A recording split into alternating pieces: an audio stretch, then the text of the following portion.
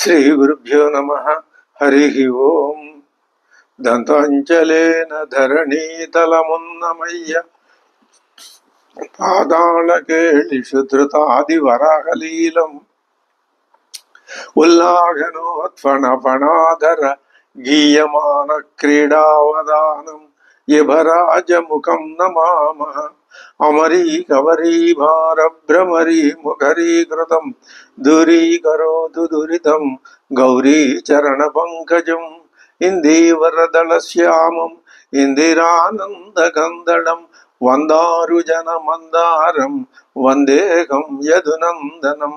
వాగర్ధావివ సంపృక్తౌ వాగర్ధ ప్రతిపత్తయే జగతః పితరౌ వందే పార్వతీ పరమేశ్వరౌ.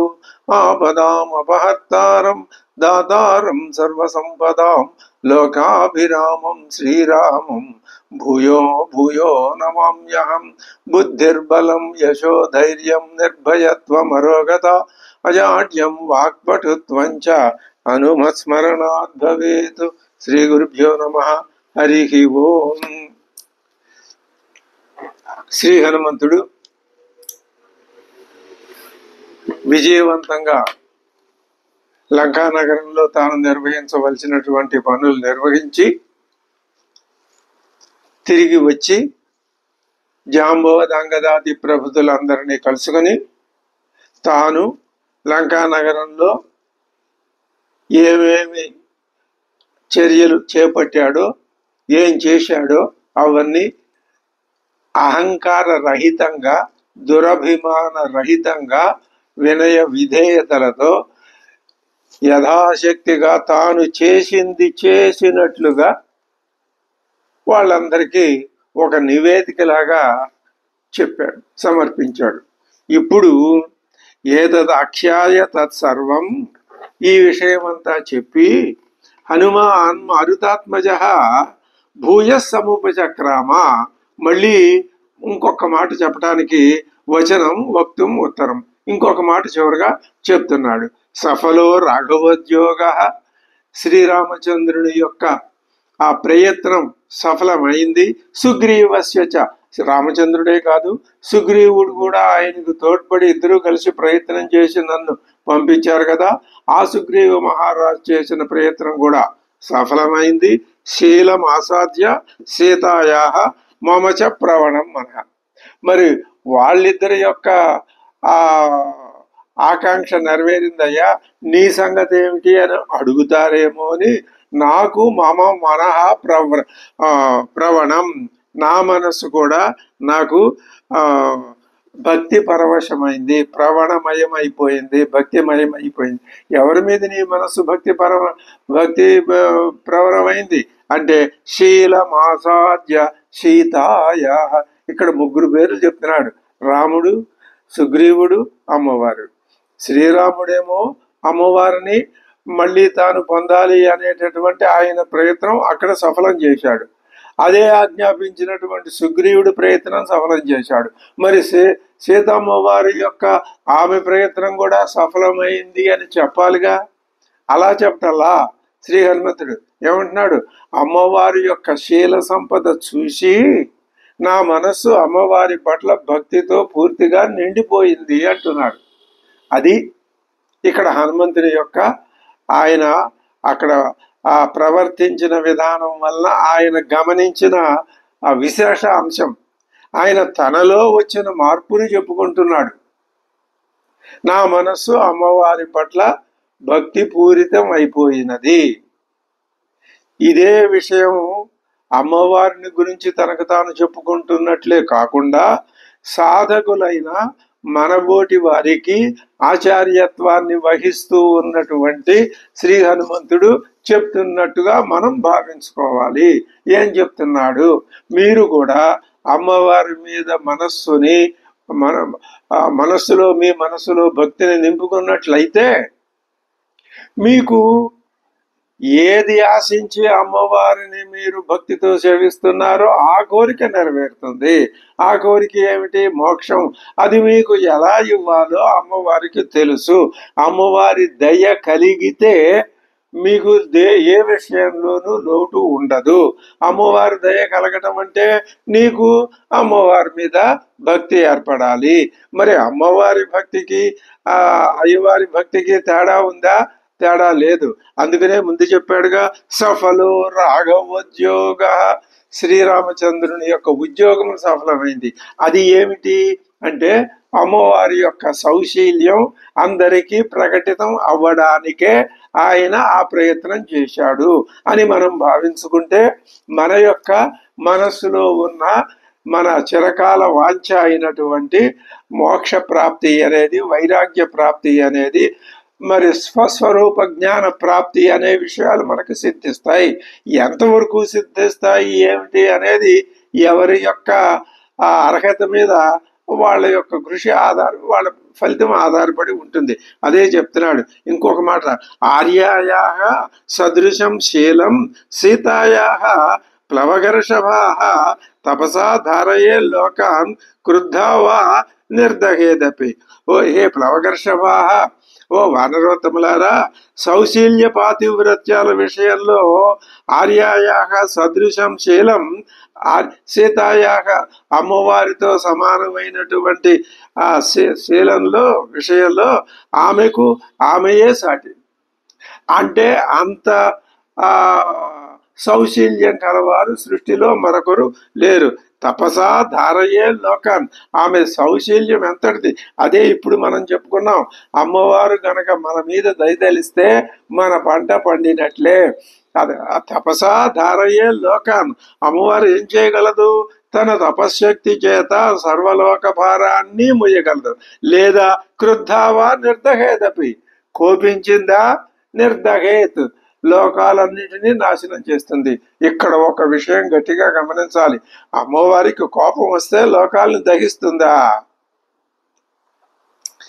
అమ్మవారికి ప్రేమ కలిగితే, అభిమానం కలిగితే మనకి ఎంత ఉపకా. తపసా ధారయే లోకాన్, తపస్సు చేత లోకాలని పోషిస్తుందా? కోపంతో లోకాలని దహిస్తుందా?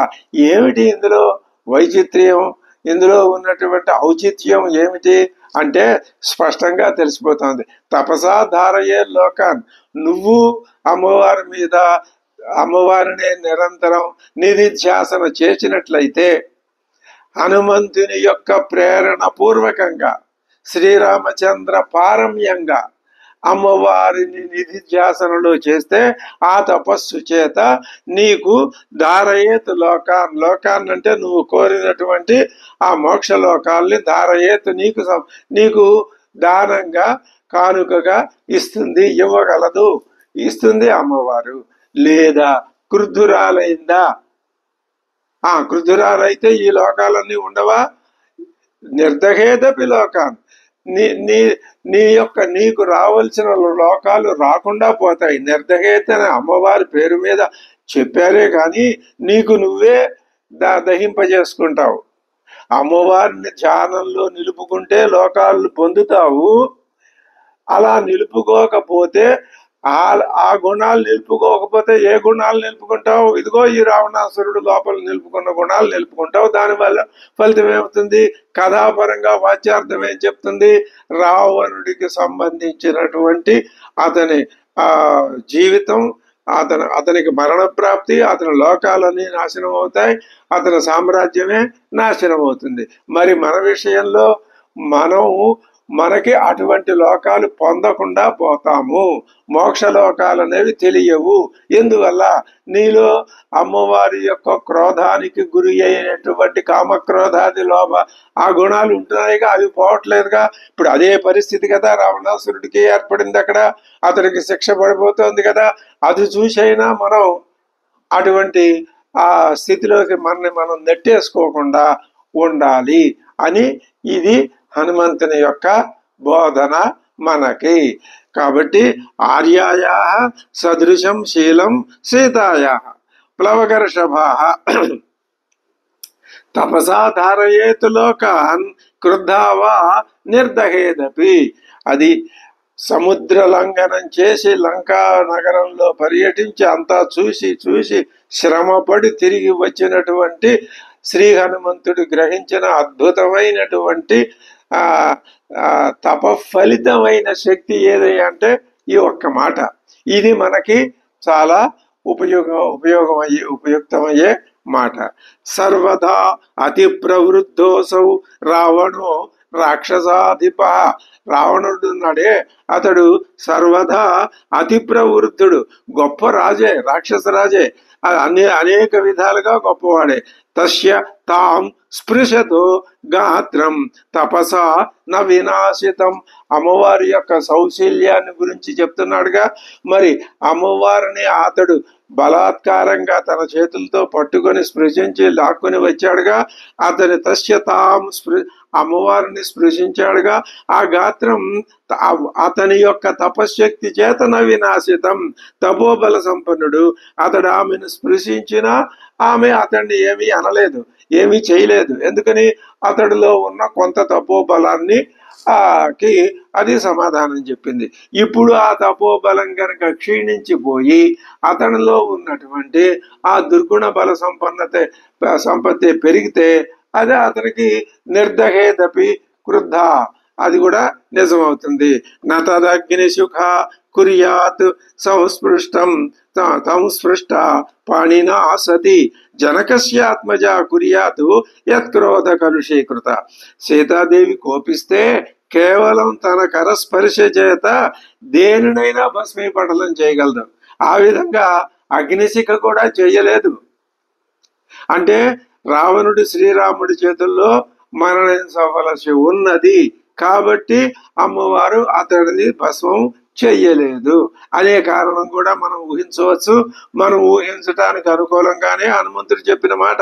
నా తదగ్నిశిఖ కుర్యాతు తం సంస్పృష్ట పాణినా సతి జనకస్యాత్మజ కుర్యాతు యత్ క్రోధ కలుషీకృత. జాంబవత్ ప్రముఖాన్ సర్వాన్ అనుజ్ఞాప్య మహాహరీన్ అస్మిన్నేవంగతే కార్యే భవతాంచ నివేదితే న్యాయం స్మసహ వైదేహ్య ద్రష్టుంతౌ పార్థివాత్మజౌ. కాబట్టి ఇప్పుడు నేనేమంటాను అంటే, ఇంతవరకు జరిగిన కార్య విశేషాలను మీకు నేను చెప్పాను కదా. అమ్మవారిని తీసుకుని వచ్చి ఆమెతో కూడా మనం ఆ రామలక్ష్మణుల్ని దర్శించటం యుక్తం కదా. హనుమంతుడు, శ్రీ హనుమంతుడు మహామేధావి. ఎదటి వాళ్ళ చేత తన యొక్క అభిప్రాయాన్ని బలవంతాన వాళ్లతోటి ఒప్పించడం కంటే అమ్మవారు అక్కడ ఏం చెప్పింది? శ్రీ హనుమంతుడు ఏమన్నాడు? అమ్మా, నా వీపు మీద కూర్చో, నేను ఒక క్షణంలో తీసుకెళ్లి శ్రీరాముడి దగ్గర దింపుతాను అన్నాడు కదా. ఆవిడ ఏమిటయా నీ కపిత్వం, నువ్వు అది పద్ధతి కాదు, నన్ను రాముడు సర్వ సైన్యాలతో రావాలి, ఇక్కడ రావణాసురుణ్ణి సంహరించాలి, లంకని మట్టుబెట్టాలి, అప్పుడు నన్ను విజయలక్ష్మితో సహా తీసుకుని వెళ్ళాలి, అది పద్ధతి అని చెప్పింది కదా. మరి ఇప్పుడు ఇక్కడ ఏమంటున్నాడు ఈయన అంటే అర్థం ఏమిటనమాట? తాను చెయ్యదలుచుకున్న పనిని తాను బలవంతాన వాళ్ళ నెత్తి మీద రుద్దటం కాదు, అలా చెప్పించటం కాదు, వాళ్ళంతట వాళ్ళతో చెప్పించాలి. అంటే వాళ్ళని కూడా మంచి వాళ్ళుగా అద్భుతమైనటువంటి శక్తి శ్రీ హనుమంతుడు. ఎదట వాళ్ళలో కూడా ఉన్న మంచితనాన్ని ఆయన బయటికి లాగటానికి ప్రయత్నం. అది దాన్ని ఏమంటారు? ఔదార్యము, లేదా సౌశల్యము, లేదా మంచితనము, లేదా బుద్ధిమత్త, ఏదైనా ఏ పేరుతోడైనా చెప్పవచ్చును. ఏమంటున్నాడు?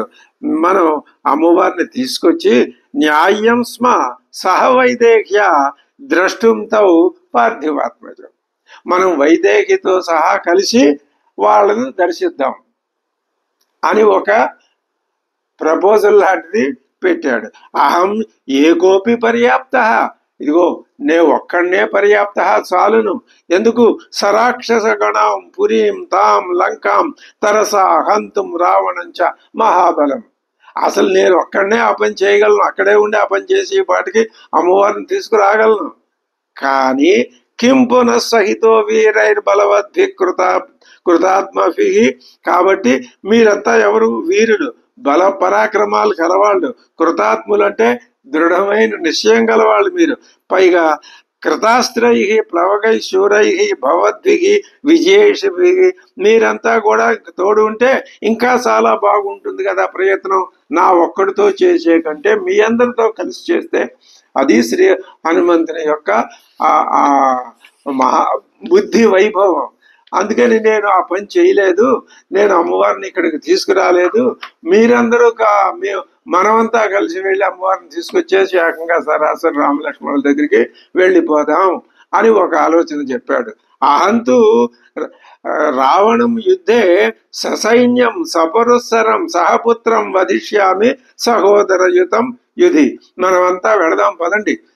వెళితే యుద్ధంలో మీకు ఎవరికైనా అసలు ఆ రావణాసురుడితో తలపడే అవకాశం మీకొద్దు, నేను ఒక్కడే ఆ రావణాసురుడిని సహపుత్ర ససైన్య సహమిత్రంగా నేను సంహరించేసేయగలను. బ్రాహ్మం ఐంద్రంచ రౌద్రంచ వాయవ్యం వారుణం తథా యది శక్రజితో అస్త్రాన్ని దుర్నిరీక్ష్యాన్ని సంయుగే. అదిగో ఆ ఇంద్రజిత్తుకి యుద్ధంలో బ్రాహ్మం బ్రహ్మాస్త్రం, తర్వాత ఐంద్రాస్త్రం, రౌద్రాస్త్రం, వాయవ్యాస్త్రం, వారుణాస్త్రం, ఈ మొదలైనవన్నీ కూడా దుర్నిరీక్ష్యాని అస్త్రాన్ని. అసలు ఎవరు ఎదిరించలేరు ఆ అస్త్రాలను గనక ప్రయోగిస్తే వాళ్ళ మీదకి. అటువంటి అస్త్రాల్ని నేను ఏం చేయగలను? సంయుగే నేను తాన్యహం విధమిష్యామి, వాటన్నింటినీ నేను విధమిష్యామి. ఎందుకు పనికి రాకుండా నిర్వీర్యం చేసి పారేయగలను. ఎప్పుడైతే నిర్వీర్యం అయిపోయినాయో అవి మన్నేం చేస్తాయి? చేయలేవు. ఇవి నిహనిష్యామి రాక్షసులందరినీ కూడా వరుసపెట్టి చంపేయగలను. మరి భవతాం అభ్యనుజ్ఞాత, మీరు గనక నన్ను ఆజ్ఞాపించినట్లయితే అక్కడికి వెళ్ళడానికి విక్రమో మే రుణద్యుతం, నా పరాక్రమం నన్ను తొందర పెడుతోంది, పదండి వెళదాం అందరం మళ్ళీ కలిసి అక్కడికి. వీళ్ళు సముద్రం లంఘించలేరని ఆయనకి తెలుసు. ఆ లంఘించడం అందరూ కలిసి మొదలు పెడితే ఒక్కొక్కడు మధ్యలో పడిపోతారేమో, ఏం జరుగుతుందో తెలియదు. అయినా వెళదాం అన్నాడు. ఇది ఒక కొత్త రకమైన ఆలోచనల్ని ప్రవేశపెట్టాడు శ్రీ హనుమంతుడు. మయాదులా విసృష్టాహి శైలవృష్టిర్ నిరంతర నే దేవాన ప్రణేహన్యాతు కిం పునస్తాం నిశాచరాన్. దేవతల్ని కూడా యుద్ధంలో నాకు ఎదురు పడితే వాళ్ళని కూడా నేను సంహరించగలనే. కిం పునర్ నిశాచరాన్, ఈ రాక్షసులు ఒక లెక్క నాకు.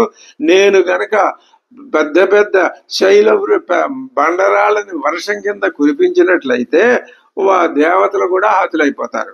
సాగరోప్యతియాద్ వేలాం, సముద్రం కూడా చెలియల కట్టం దాటిపోతుంది. మందర ప్రచలేదపి, మందర పర్వతం కూడా చలించిపోయి గజగజ వణికిపోతుంది.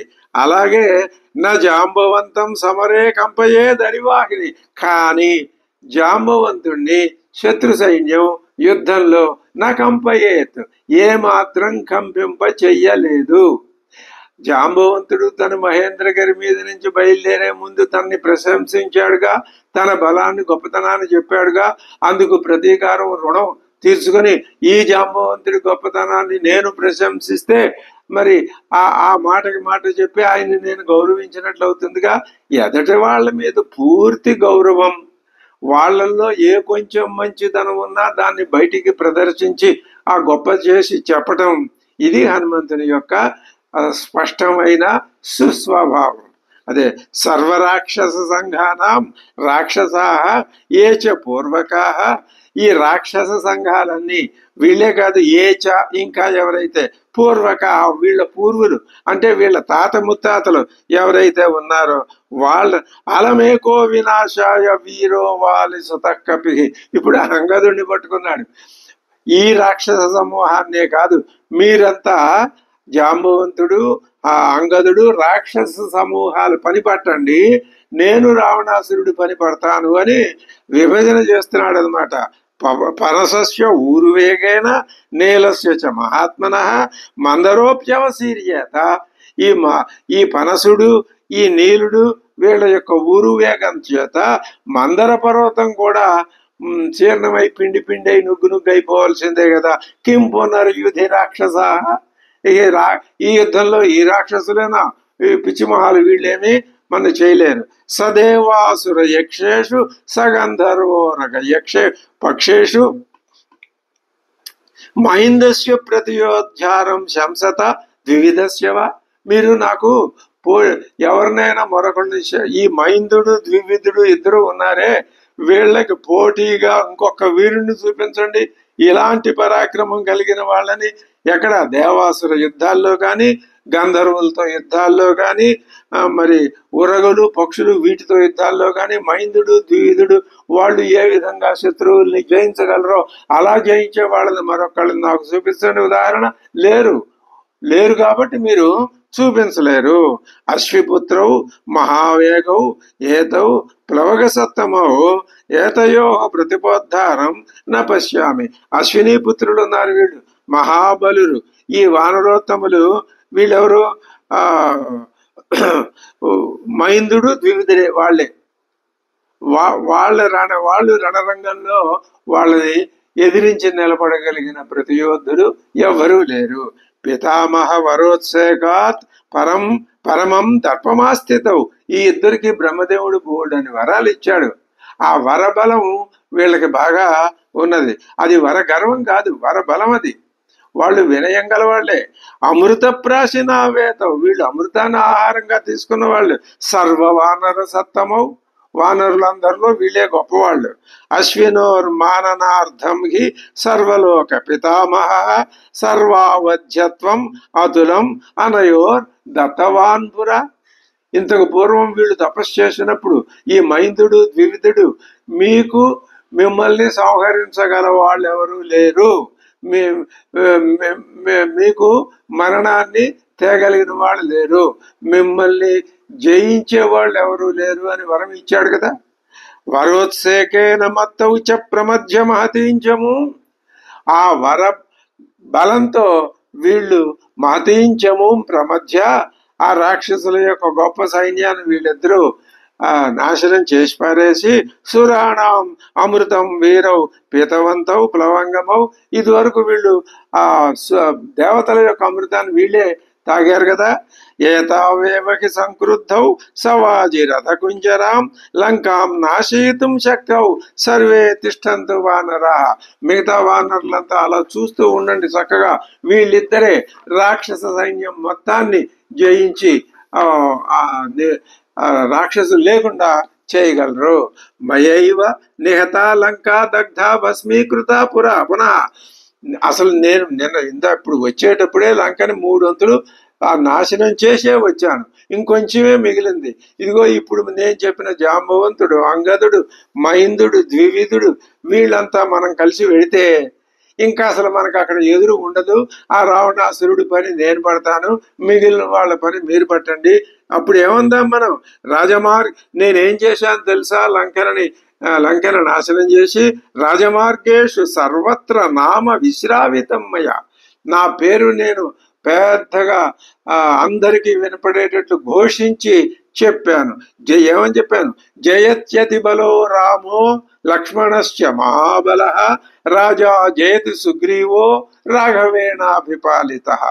రాఘవుని చేత పరిపాలింపబడుతూ ఉన్న రాఘవుని యొక్క మిత్రుడైనటువంటి సుగ్రీవుడు, అతిబలో సుగ్రీవ జయతు జయత్యతిబలో రామ జయ లక్ష్మణశ్చ మహాబల. మహాబల పరాక్రమ సంపన్నులైనటువంటి శ్రీరామచంద్రుడికి జయం, లక్ష్మణుడికి జయం, సుగ్రీవుడికి జయం అనే లంకలో ప్రతి వీధిలో ప్రతి ఇంటి ముందట నేను అందరికీ వినిపించేటట్లు ఘోషించి వచ్చా. అహం కోసలరాజస్య దాస పవన సంభవ. ఇంకో మాట చెప్పా, నువ్వెవరయ్యా అని అడుగుతారేమో నన్ను. వాళ్ళెవరూ అడగలేదు, ధైర్యం చేసి. అడిగితే కూడా నేను అహం కోసలరాజస్య దాస. అటువంటి కోసలరాజైన శ్రీరామచంద్రుడికి నేను దాసుణ్ణి. మా తండ్రి వాయుదేవుడు, నేను పవన సంభవుణ్ణి. హనుమానితి సర్వత్ర నామ విశ్రావితమ్మయా. నా పేరు హనుమాన్ అని అంతటా మొత్తం లంక నగరం అంతా సాటించా. ఇప్పుడు మనం మళ్ళీ వెళ్ళామనుకో, ఇంకా నన్ను చూసి వాళ్ళు చూడటంతో చచ్చిపోతారు అంతే. అశోకవనికా మధ్యే రావణస్య దురాత్మన, ఆ దుర్మార్గుడైన రావణాసురుడి యొక్క అశోకవనం ఉంది చూసారా, ఆ వనం మధ్యలో అధస్తాత్ శిశుపావృక్షే, శిశుపావృక్షం యొక్క ఆ నీడలో క్రింద సాధ్వి కరుణం ఆస్థిత, అమ్మవారు చాలా దయనీయమైన పరిస్థితుల్లో ఆస్థిత కూర్చుని ఉన్నది.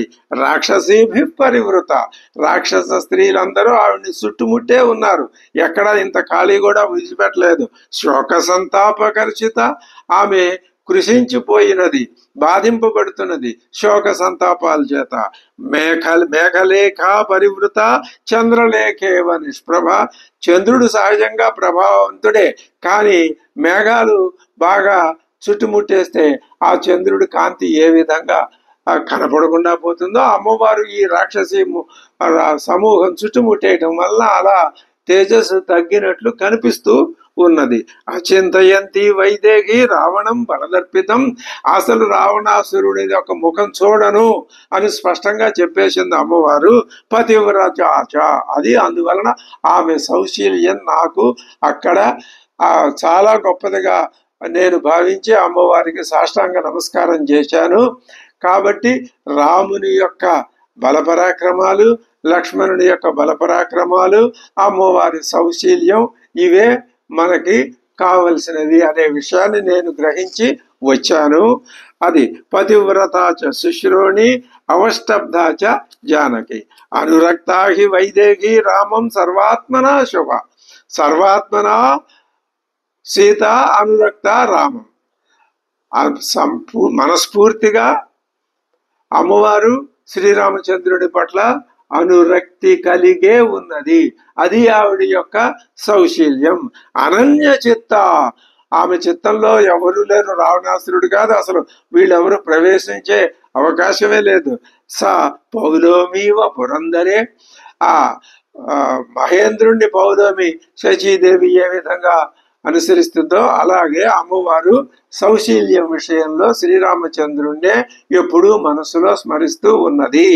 అది చెప్తూ తదేకవాస సంవీత, ఒకే వస్త్రాన్ని కట్టుకుని ఉన్నది, రజోధ్వస్త, అక్కడ చుట్టూ దుమ్ము ధూళి పేరుకొని పోయి ఉన్నది. తథైవచ శోక సంతాప దీనాంగి, శోకం చేత ఆ సంతాపం చేత దీనురాలై ఉన్నది. సీత భర్తృహితే రత, కానీ భర్త యొక్క క్షేమాన్ని ఆమె ఎప్పుడూ కోరుతూ ఉన్నది.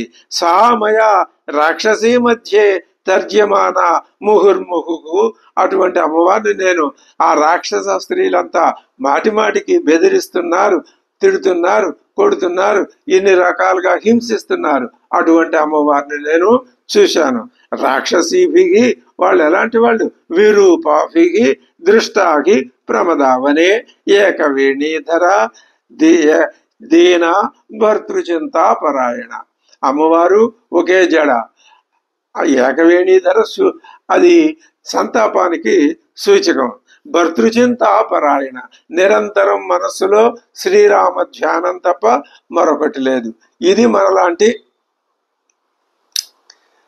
అసాధకులకి గొప్ప ఉపదేశం. అమ్మవారు ఏం చేస్తున్నది, నిరంతరం అంత దుఃఖంలో కూడా మనసులో ధ్యానం కుదురుతుందా అండి? కుదురుతుంది. దుఃఖంలో కుదిరిందే ధ్యానం, సుఖంలో కుదిరింది కూడా ధ్యానం అనే ఒప్పుకోవచ్చు. అంతే తప్ప ఏ కాసేపు ధ్యానం చేసేసి తర్వాత మిగతా విషయాల్లో లీనమైపోతే అది ధ్యానం అని అనిపించుకోదు. అమ్మవారు ఎంత దుఃఖంలోనైనా భర్తృచింతాపరాయణ, ఇది సాధకులైన వాళ్ళు గమనించాలి. మనం సౌశీల్యం చేత నేను అమ్మవారిని ధ్యానిస్తున్నానని హనుమంతుడు అన్నా, అమ్మవారిని ధ్యానించిన అయ్యవారిని ధ్యానించిన అది ధ్యానం ఒకటే అని మనం గ్రహిస్తే అది ధ్యానంలో ఒక మెట్టు పైకి ఉన్నత స్థితికి మనని తీసుకుని వెడుతుంది. ఆ సంగతే చెప్తున్నాడు.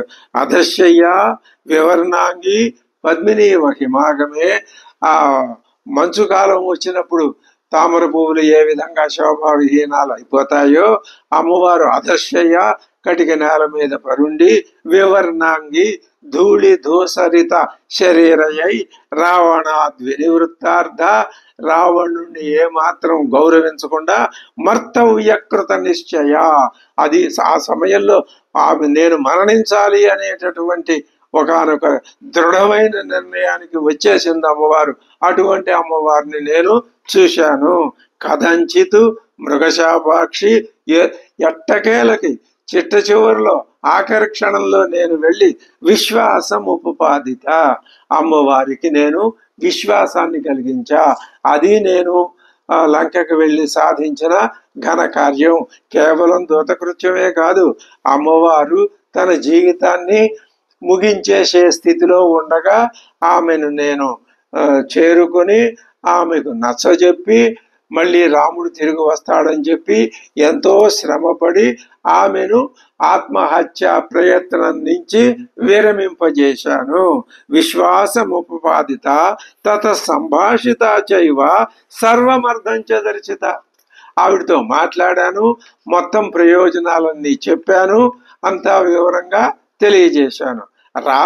ఏం చెప్పాను? రామ సుగ్రీవ సఖ్యంచ, శ్రీరాముడు సుగ్రీవుడు యొక్క స్నేహం, శ్రుత్వా ప్రీతిముపాగత. అమ్మవారు ఆహా అలాగా నా భర్త అయిన శ్రీరామచంద్రుడు వానర మహారాజు అయిన సుగ్రీవుడితో స్నేహం చేశాడా, అది బాగుందయ్యా, నాకు చాలా ఆనందంగా ఉంది. నియత సముదాచారో భక్తిర్భర్తరిచ ఉత్తమ. తన భర్త మీద ఆమెకు ఉన్నటువంటి ఆ ఉత్తమమైన భక్తి కూడా అది చాలా గొప్పది. ఎన్నహంతి దశగ్రీవం స మహాత్మా కృతాగసం నిమిత్త మాత్రం రామస్తు వధేతస్య భవిష్యతి. రాముడు నిమిత్త మాత్రంగా ఉంటాడు, ఆ సీతా నిమిత్తమైన శ్రీరాముడి చేతుల్లో మరణిస్తాడు. కాబట్టి ఆ పాతివ్రత్య ప్రభావం వల్ల అతడు ఇంతకు పూర్వమే మృతప్రాడి అయిపోయినాడు. కాబట్టి అమ్మా నువ్వు ఏ విధంగానూ అధైర్యపడవద్దు. సా ప్రకృత్యైవ తన్వంగి, సహజంగానే ఆమె సుకుమారమైనటువంటి సన్ననైన శరీరము కలది. తద్వియోగాచ కర్షిత, పైగా ఇప్పుడు శ్రీరామ వియోగం వలన మరింత కృషించిపోయింది. అది ఎలా ఉన్నది అమ్మవారు ఒక్క అద్భుతమైనటువంటి పోలికతో అమ్మవారి స్థితిని ఒక్క ముక్కలో చెప్తున్నాడు.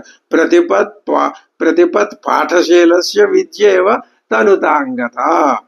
పౌర్ణమి నాడు, అది పాడ్యమి నాడు వేదాధ్యయనం ఉండదు, చేయకూడదు, అది పద్ధతి. కానీ ఎవరైనా తెలియక పొరపాటు పాడ్యమి నాడు కూడా వేదాధ్యయనం చేస్తే అతనికి ఆ విద్య ఏ విధంగా సిద్ధించకుండా కృషించిపోతుందో అలా ఆ కృషించిపోయిన విద్య వలె ఉన్నది అమ్మవారు. ఏవమాస్తే మహాభాగా సీత శోకపరాయణ, శోకపరాయణ అయిన సీతమ్మ వారు ఏవమాస్తే ఈ విధంగా ఉన్నదయ్యా. యదత్ర ప్రతికర్తవ్యం తత్సర్వం ఉపపాద్యతం. నేను మీ ముందు ఒక ఆలోచన పెట్టాను, ఆ ప్రకారం అందరం వెళదామంటారా? కట్టకట్టుకుని వెళదాం, అందరినీ మొత్తం నాశనం చేసి అమ్మవారిని తీసుకుని సరాసరి వాళ్ళ దగ్గరికి వెళ్ళిపోదాం పదండి. తస్య తద్వచనం శ్రుత్వా వాలిసూనురభాషత. ఆమె మాటలు విని అంగదుడు అంటున్నాడు, అయుక్తంతు వినా దేవీం దృష్టవద్భిశ్చ వానరాగా. ఓ వానర వీరుడారా, సీతాదేవి జాడ తెలిసిన పిమ్మట కూడా ఆమె లేకుండా మనం మహాత్ముడైన శ్రీరామచంద్రుణ్ణి దర్శించటం అయుక్తం, యుక్తము కాదు. అయుక్తంతు వినా దేవి దృష్టవద్భిశ్చ వానరాః సమీపం గంతుం అస్మాభి రాఘవస్య మహాత్మన వాయుసూనోర్ బలేనైవ దగ్ధ లంకేతిన శ్రుతం.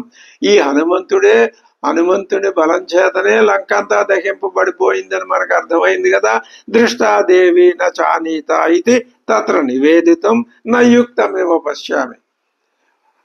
అమ్మవారిని చూశాము కానీ మేము తీసుకురాలేకపోయాము అని చెప్పటం అది నయుక్తం, అది అంత తగినటువంటిది కాదు అని భవద్భిః ఖ్యాత పౌరుషై. మరి మీరు పరాక్రమవంతులుగా పేరు పొందారు కదా, మరి అటువంటి పరాక్రమం కన్నా మనం ఈ విధంగా అమ్మవారిని తీసుకుని వెళ్లకుండా వెళితే ఏం బాగుంటుంది? కాదు. నహి నప్లవనే కశ్చిత్ నాపి కశ్చిత్ పరాక్రమే, సముద్రాన్ని లంఘించడంలో గాని ఆ తర్వాత పరాక్రమాన్ని చూపించడంలో గాని నహి తుల్య సామర దైత్యేషు లోకేషు హరిసత్తమాహ. హే హరిసత్తమాహ, మనతో సమానులైన దేవతలు గాని రాక్షసులు గాని ఎక్కడ లంఘనంలో గాని పరాక్రమం చూపించడంలో గాని ఎవరైనా ఉన్నారా? ఎవరు లేరు. జిత్వా లంకాం నరక్షౌగాం సరక్షౌగాం హత్వాతం రావణం రణే సీతామాదాయ గచ్చామః సిద్ధార్థా హృష్టమానస. మనం ఆనందంగా సంతోషంతో వెళ్ళాలి. ఎప్పుడు మనం వెళ్ళి లంకకి వెళ్ళి వాళ్ళందరినీ సంహరించి అమ్మవారిని స్వీకరించి అప్పుడు ఆనందంగా మళ్ళీ మనం స్వామివారి దగ్గరికి వెళ్ళాలి. తేష్వేవం హతవీరేషు రాక్షసేషు హనుమత కిమన్యత్ర కర్తవ్యం. అక్కడ చాలా మంది రాక్షసుల్ని ఈ పాటికే హనుమంతుడు సంహరించేశాడు కదా, అక్కడ మనం చేయవలసిన పని పెద్దగా ఏమున్నది? అక్కడ మిగిలి ఉన్నదా? ఏమీ లేదు. రామలక్ష్మణయోర్ మధ్యే న్యశ్యామ జనకాత్మజం. ఇది అంగదుడు చూపు అంత దూరం వెళ్ళిపోయింది, అంత దూరం ఆలోచించాడు. ఆ రామలక్ష్మణుల దగ్గర మనం అమ్మవారిని అప్పచెప్దాం. కిం వ్యలీకైస్తు తాన్ సర్వాన్ వానరాన్ వానరషభాన్. మరి ఆ రాక్షస ప్రముఖుల్ని వధించి వచ్చి లక్ష్మణుణ్ణి సుగ్రీవుని దర్శిస్తాం అని అంటున్నాడు. వయమేవ గత్వా రాక్షసాన్ రాక్షస పుంగవాన్ రాఘవన్ ద్రష్టుమర్హామః సుగ్రీవం సహలక్షణం. మనం ఈ పని చేద్దాం. తమేవం కృత సంకల్పం జాంబవాన్ హరిసత్తమః. హనుమంతుడికి తెలుసు అంగదుడు ఇలా అంటాడు అని, కుర్రవాడు కదా, యువక రక్తం. ఆ అంగదుడి ప్రయత్నాన్ని తగ్గించటం కోసం ఇప్పుడు జాంబవంతుడు ఏమంటాడో చూద్దాం. వాచ పరమ ప్రీతో వాక్యం అర్ధవతు అర్ధవితు. అర్ధవేత్త అయిన జాంబవంతుడు అర్ధవంతమైన వాక్యాన్ని అందరితో అంటున్నాడు. నైషా బుద్ధి మహాబుద్ధే యద్బ్రవీషి మహాకపే. హే మహాకపే, హే అంగద, నైషా బుద్ధి, ఇది సముచితంగా కనపడటం లేదు. విచేతుం వయం ఆజ్ఞప్తాః దక్షిణాం దిశం. వానర ప్రభు అయినటువంటి సుగ్రీవుడు మన ఏమని ఆజ్ఞాపించాడు? దక్షిణ దిశ యందు సీతాదేవిని వెతకుటకై మన ఆజ్ఞాపించాడు తప్ప ఆమెను తీసుకురమ్మన్నాడా? ధర్మ సూక్ష్మం లాయర్ పాయింట్ పట్టేశాడు జాంబవంతుడు. విచేతుం వయం ఆజ్ఞప్తాః దక్షిణాం దిశం ఉత్తమాం నా ఆనేతుం కపిరాజేన. మీరు కనిపిస్తే తీసుకురండి అని చెప్పాడు ఆయన, ఎక్కడా చెప్పలా. మనం ఎలా తీసుకెడతాం? అంగదుడికి సుగ్రీవుడికి ఎంత తేడా ఉన్నదో అలాగా చూసి తేల్చి ఒక్క ముక్కలో చెప్పేశాడు జాంబవంతుడు. నానేతుం కపిరాజేన నైవ రామేణ ధీమత. పోనీ రాముడైనా తీసుకొచ్చేయండి అబ్బాయి, పని అంతా అయిపోతుంది, పనిలో పని ఇంకేముంది, ఓ పని అయిపోతుంది అంటారే, అలాగా అని రాముడేమైనా చెప్పాడా? అయినా చెప్పలేదే. కథంచిత్ నిర్జితాం సీతాం అస్మాభిర్నాభిరోచయేతు.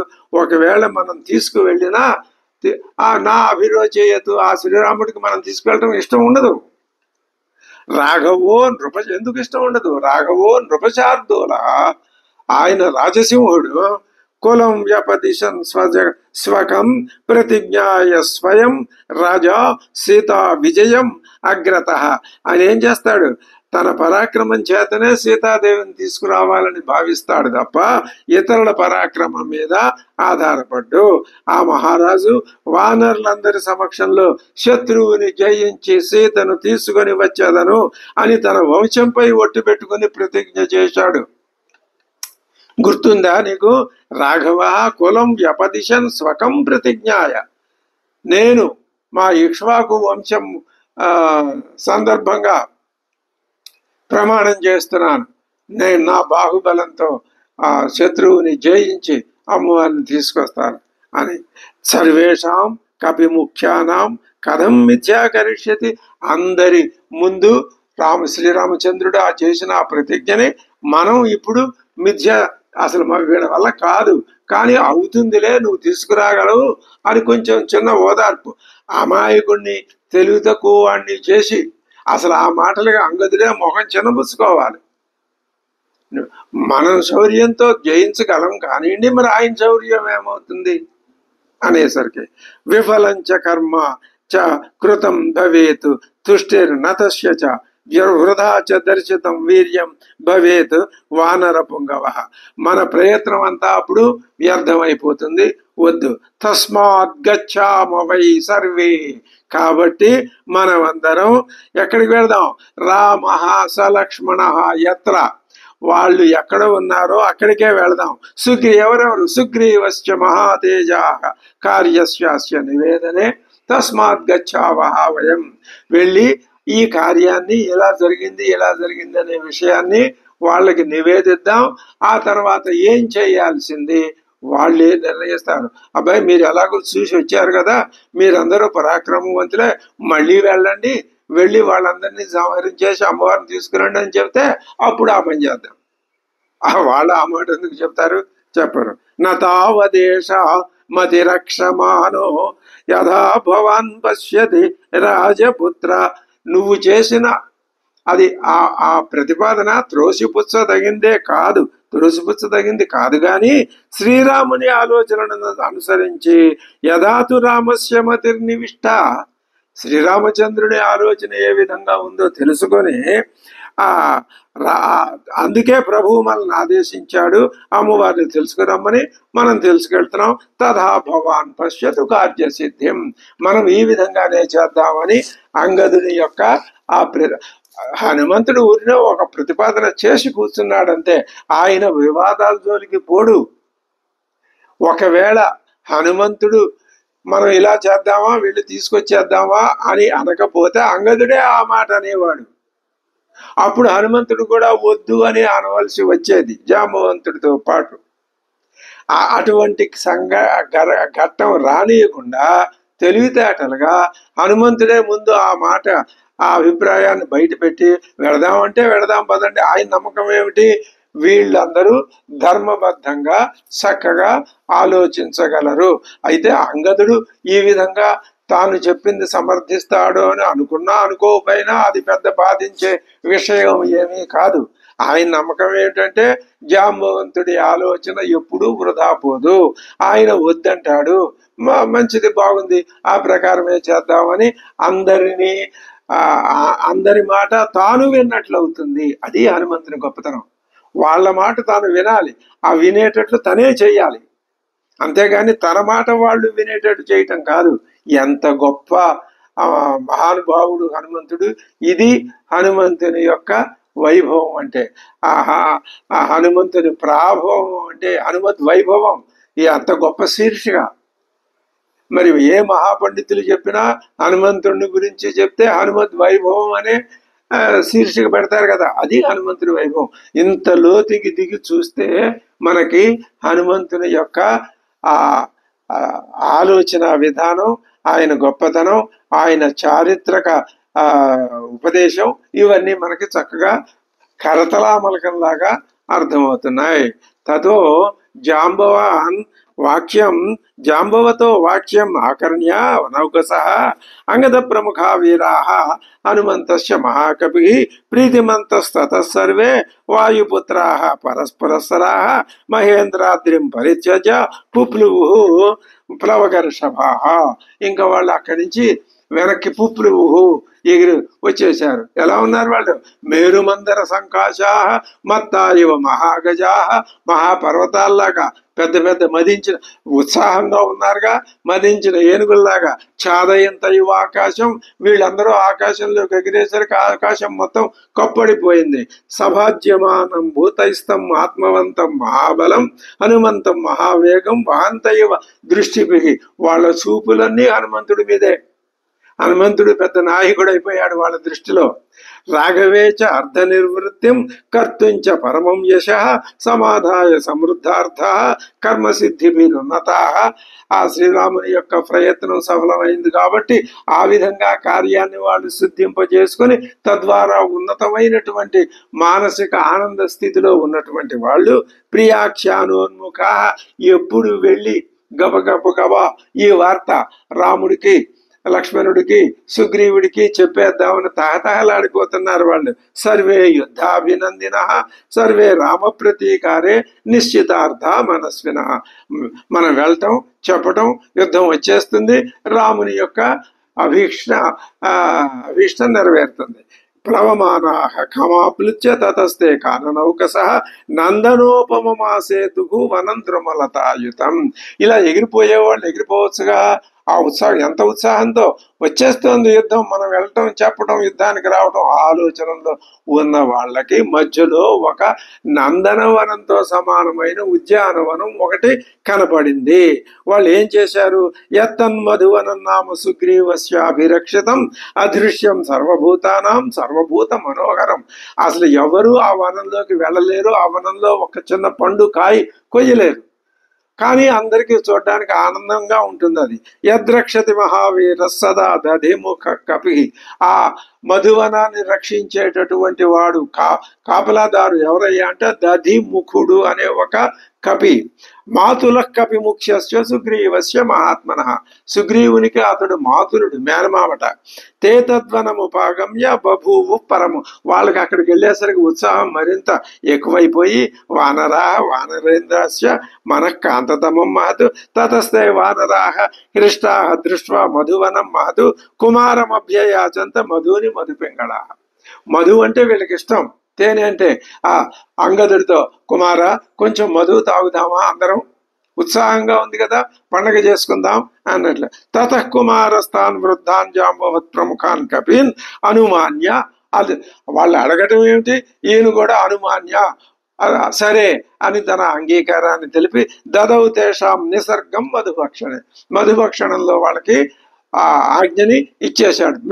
తినండి, తాగండి, మీ ఇష్టం వచ్చినంత మధు తాగేయండి అని. తే నిసృష్ట కుమారేణ ధీమత వాలిసూన. కుమారుడు అంగీకరించాడుగా. హరయ సమపద్యంత ద్రుమాన్ మధుకరాకులాన్. తేనె పట్లు ఉన్న చెట్లన్నింటినీ వీళ్ళు వెళ్ళి పట్టేశారు. భక్షయంత సుగంధీని మూలాని చ ఫలాని చ. మంచి వాసన వచ్చేటటువంటి మూలాలు ఫలాలు తినేస్తూ జగ్ము ప్రహర్షంతే సర్వే బభూవశ్చ మదోత్కటా. ఆ తేనె తాగేసరికి వీళ్ళకి మదోత్కటం, ఆ మైకం ఎక్కువైపోయింది. తతశ్చానుమతా సర్వే సంప్రహృష్ట వనౌకసః ముదితా ప్రేరితాశ్చాపి ప్రనృత్యంతో అభవన్. అది బాగా తాగేసరికి వాళ్ళకి కైపు ఎక్కిపోయి ఇంకా వాళ్ళు నాట్యం మొదలెట్టారు. గాయంతి కేచితు ప్రణమంతి కేచితు నృత్యంతి కేచితు ప్రహసంతి కేచితు. కొంతమంది పాటలు పాడుతున్నారు, కొంతమంది నమస్కారాలు చేస్తున్నారు, కొంతమంది నాట్యం చేస్తున్నారు, కొంతమంది విపరీతంగా నవ్వుతున్నారు. పతంతి కేచిత్ విచరంతి కేచిత్ ప్లవంతి కేచిత్ ప్రళపంతి కేచిత్. కొంతమంది పైనుంచి కిందకు దూకుతున్నారు, కొంతమంది ఇష్టం వచ్చినట్టు పిచ్చివాగుడు వాగుతున్నారు. పరస్పరం కేచిత్ ఉపాశ్రయ అంటే ఒకళ్ళనొకళ్ళు కౌగిలించుకుంటున్నారు. పరస్పరం కేచిత్ ఉపాక్రమింతే. వీడి భుజాల మీదకి వాడెక్కుతున్నాడు, వాడి భుజాల మీదకి వీడెక్కుతున్నాడు. పరస్పరం కేచిత్ ఉపబ్రువంతే. ఏమిటేమిటో పక్కవాడితో మాట్లాడుతున్నాడు. పరస్పరం కేచిత్ ఉపారమంతే. ఒకళ్ళ దగ్గరికి ఒకళ్ళు వెళ్తున్నారు. ఆ ద్రుమాద్రుమం కేచిత్ అభిద్రవంతే. కొంతమంది ఈ చెట్టు మించి ఆ చెట్టు మీదకి, ఆ చెట్టు మించి ఈ చెట్టు మీదకి. క్షితవు నగాగ్రాన్ని నిపతంతి. ఆ చెట్టు మీద ఎక్కడం, ఆ చెట్టు మించి కిందకు దూకేయటం మరికొందరు. మహీతలాత్ కేచిత్ ఉదీర్ణవేగా అగ్రాణ్య అభిసంపతంతి. పెద్ద చెట్ల యొక్క పైకెళ్ళి కిందకి దూకేస్తున్నారు. గాయంతమన్య ప్రహసన్ను పైతి. ఒకడు బాగా పాటలు పాడుతుంటే వాడిని ఎగతాళి చేస్తూ ఇంకొకడు బాగా పాడావు అని వాడి దగ్గరికి ఎడుతున్నాడు. హసంతమన్య ప్రరుదన్ను పైతి. ఈ విధంగా ఎగతాళి చేసే వాడి దగ్గరికి ఒకడు ఏడుస్తూ ఇంకొకడు వచ్చాడు. రుదంతమన్య ప్రణదన్ను పైతి. ఆ ఏడ్చే దగ్గర వాడికి పెద్ద అరుపులు కేకలు పెట్టుకుంటూ ఇంకొకడు. నుదంతమన్య ప్రణుదన్ను పై. వాణ్ణి పొగడుతూ మరొకడు వాడి దగ్గరికి సమాకులం తత్కపి సైన్యమాసీత్ మధుప్రపానోత్కట సత్వజ్యేష్టం. అది సమాకులం అయిపోయింది. అంత ఆ ఎలా అయిపోయింది, కోలాహలం కింద అయిపోయింది. మధుప్రపానోత్కటం, తేనె బాగా విపరీతంగా తాగేసి వాళ్ళు. నా జాత్ర కశ్చిన్ అబభూవ మత్త, అక్కడ మత్తు ఎక్కని వాడెవడూ లేడు. అందరూ బాగా మత్తు ఎక్కేసి అసలు చూపులు కనపట్టలేదు, నుంచోలేకపోతున్నారు, కూర్చోలేకపోతున్నారు, తూలిపోతున్నారు, ఏం మాట్లాడుతున్నారో వాళ్ళకే తెలియదు, కాళ్ళు నడుద్దామంటే కాళ్ళు రావట్లేదు. అలాగా నజాత్ర కశ్చిన్ అబభూవ తృప్త, అయినా వాళ్ళు ఎవరు తృప్తి చెందిన వాడు ఎవడు లేడు, అందరూ ఇంకా తాగాలంటున్నారు. తతోవనం తత్పరిభక్ష్యమాణం ద్రుమాశ్చ విధ్వంసిత పత్రపుష్పాన్ సమీక్ష్య గోపాదధివక్త్రనామా నివారయామాస కపిస్తాన్. ఏమండి ఇదంతా వీళ్ళు చేస్తుంటే, ఈ పిచ్చి పిచ్చి అల్లరి చేస్తూ ఉంటే ఆ దధిముఖుడేమి నోరు మూసి కూర్చున్నాడా? కూర్చోలేదు. ఆయన వచ్చాడు పాపం, ఆయన డ్యూటీ ఆయన చేస్తున్నాడు. నివారయామాస, ఆగండి ఆగండి అని ఎంత నివారించినా వీళ్ళు వింటారా? యువరాజు గారి యొక్క ఆజ్ఞ ఉందిగా వీళ్ళకి. సతై ప్రవృద్ధై పరిభర్చ్యమాన వనస్య గోప్త హరివీర వృద్ధ చకార భూయో మతి ముగ్రతేజ వనస్య రక్షాం ప్రతి వానర్.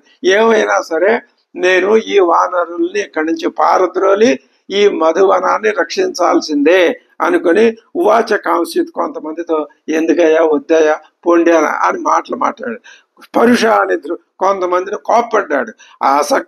అసక్తమన్యాశ తలైర్జగాన, మరి కొంతమందిని అరచేత్తో ఒక బాదుడు బాదాడు పట్టుకొని. సమేత్య కైశ్చిత్ కలహంచకార, కొంతమందితో పోట్లాడాడు. తదైవ సామునోపజగామ కశ్చిత్, సామోపాయంతో కొంతమంది దగ్గరికి వెళ్ళాడు. నతైర్మదాత్ సంపరివార్య వాక్యై, వాళ్ళ యొక్క ఆ సామవచనాలతో ఆ వానరుల్ని నివారించాడు. ఆ మత్తులియున్న కపివీరులు ఎవ్వరు, అందరూ ఎటువంటి జంకు గొంకులు లేని వారై బలాచ్యతేన ప్రతివార్యమాణై ప్రదర్శిత చక్త భయై సమేత్య ప్రకృష్యతే చ అపి అవేక్ష దోషం. దోషమని కూడా తలంచకుండా బలప్రయోగం చేత అతన్ని చుట్టూ చేరి అతన్ని భయపెడుతున్నారు. ఎవరిని? ఆ దధిముఖుణ్ణి. నఖైస్తుదంత మధుపాన మత్తులై వాళ్ళు ఏం చేశారు? ఆ వానరులంతా ఆ దధిముఖుణ్ణి నఖైస్తుదంత గోళ్ళతో గిరేశారు పెట్టుకొని. దశంత కురికేశారు. తర్వాత తలైశ్చ పాదైశ్చ సమాపయంత, కాళ్ళతో తన్నారు, చేతులతో కొట్టేశారు పట్టుకొని. మదాత్ కపింతం కపయ సమగ్రాహ మహావనం నిర్విషయంచ చక్రుగు, ఆ మొత్తం వనాన్ని అంతటిని నిర్విషయం చేసి పారేశారు వాళ్ళు. అంటే ఏ మాత్రం అనుమానం లేకుండా, జంకు గొంకు లేకుండా వాళ్ళు ఆ విధంగా మధువనం మొత్తం అంతా అల్లకల్లోలం చేశారు. తర్వాత ఇంకా ఏం చేశారనే విషయాన్ని మనం తర్వాత తెలుసుకుందాం. స్వస్తి.